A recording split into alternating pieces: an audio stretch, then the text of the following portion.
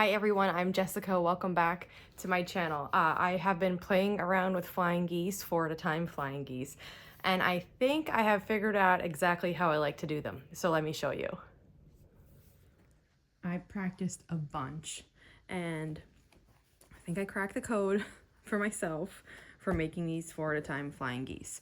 So I decided to follow the regular chart, not that the one I talked about the other day had the beginner, the intermediate, and the expert. I decided to follow the expert, which is the regular. That's the one, if you Google 4 at a time Flying Geese chart, you're gonna find this chart.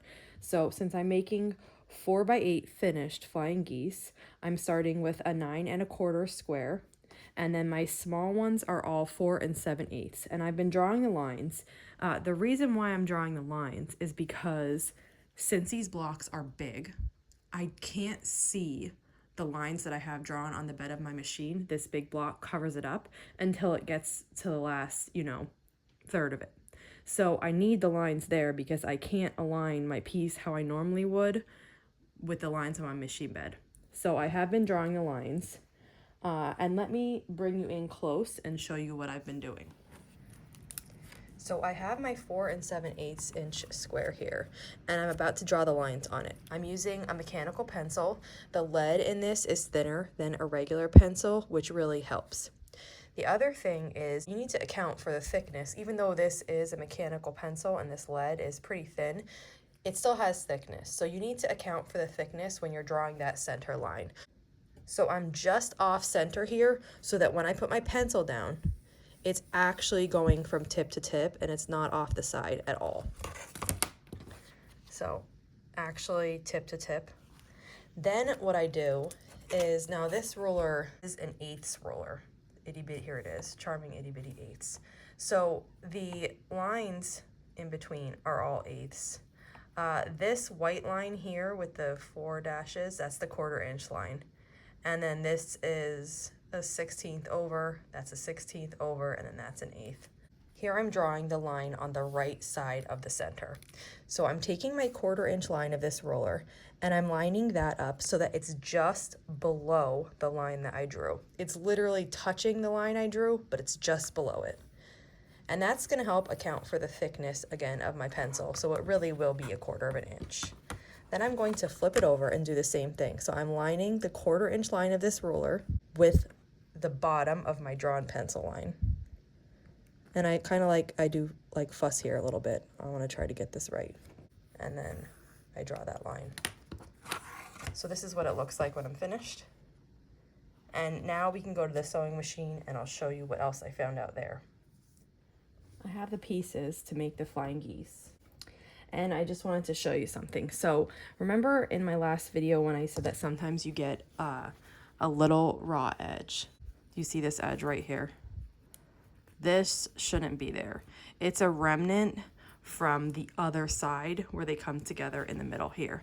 And this unit, I made a cutting mistake. I cut my outside squares to the right size, but my large square, I cut it an inch smaller. So that's why I have this here, because if your geese are properly sized and laid out, you really shouldn't be getting this here. I read that you can just take a tweezers and just kind of pull at this and it'll fray and come off. And since this is a leftover from the piece next to it, it's not attached to anything. It's just sewn into the seam allowance. So you can if you have this, you can kind of split open the back seams like I have here and then just cut a piece of it out. Then you can kind of wiggle the rest of this front out, and there's going to be another piece back here, but I can't really get to it the way that this seam is. It's in the middle here. I got some of it. And anyway, so the reason that this forms is if the pieces are crossing too much in the middle.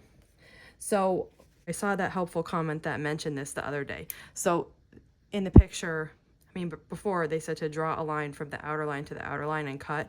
I've just been estimating. And I only do it on the first 2. So I just cut these apart.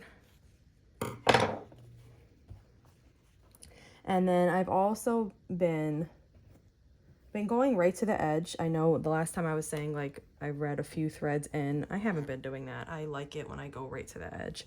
So I've been going right to the edge, starting to sew here. And once I get close, maybe like 3/4 of the way across this, I stop and then I put the other one on. Now, if the part that gives you that little bit of raw edge is if there's too much overlapping here. So by cutting those two corners, only these two, you're like decreasing, so there's almost nothing overlapping here, which really helps and eliminates that potential raw edge there. And then you just repeat that on the other side.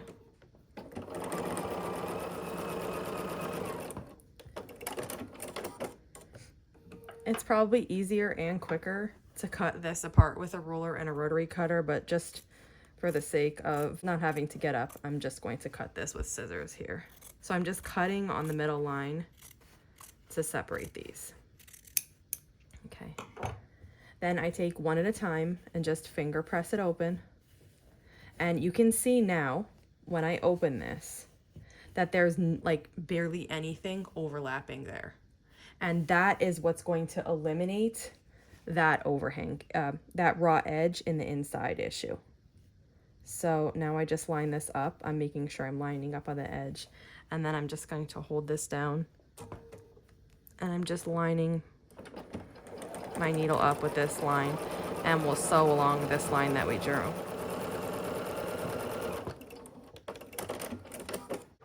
Okay. Now we have that sewn, and then we just cut on the middle here. Again, a ruler and a rotary cutter works really good when you're working with these giant sizes of geese. It's a little faster than just clipping through with scissors, but scissors still work. Now when I cut this apart, I just finger press it open, and then all you have to do is trim away these overhangs.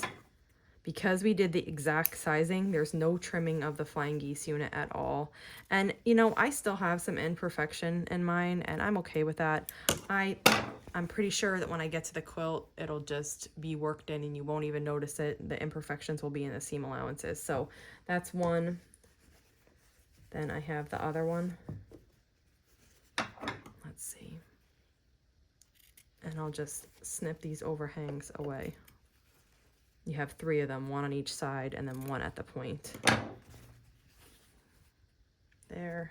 And then now we just need to repeat that to the other side of the original large square. So I just finger press those open. Again, we barely have anything meeting in the middle, so we're not going to have that raw edge in there by accident.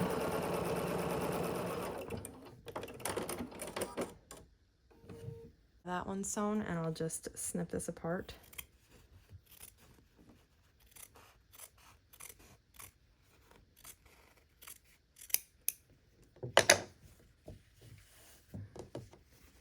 And then just like the other set, we need to snip off all of the overhangs. So I have my 4 Flying Geese that we just made. Now, because I did this with stripes, I paid attention to the way that I laid out the squares on it, and I have 2 with horizontal stripes and then 2 with vertical stripes. But they all turned out great, and I'm enjoying this method now that I kind of re-cracked the code a little bit for me.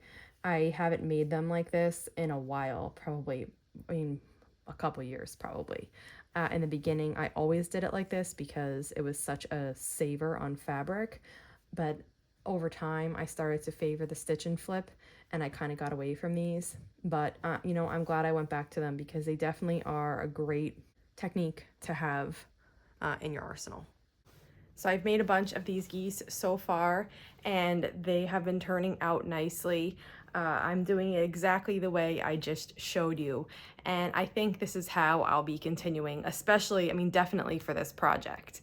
But I'm going to be using this probably more often too, especially when I'm limited in terms of the fabric I have. This method makes sense. If you have any questions about making 4 at a time Flying Geese or Flying Geese in general, just let me know in the comments and I'll be sure to help you out. Thanks for following along.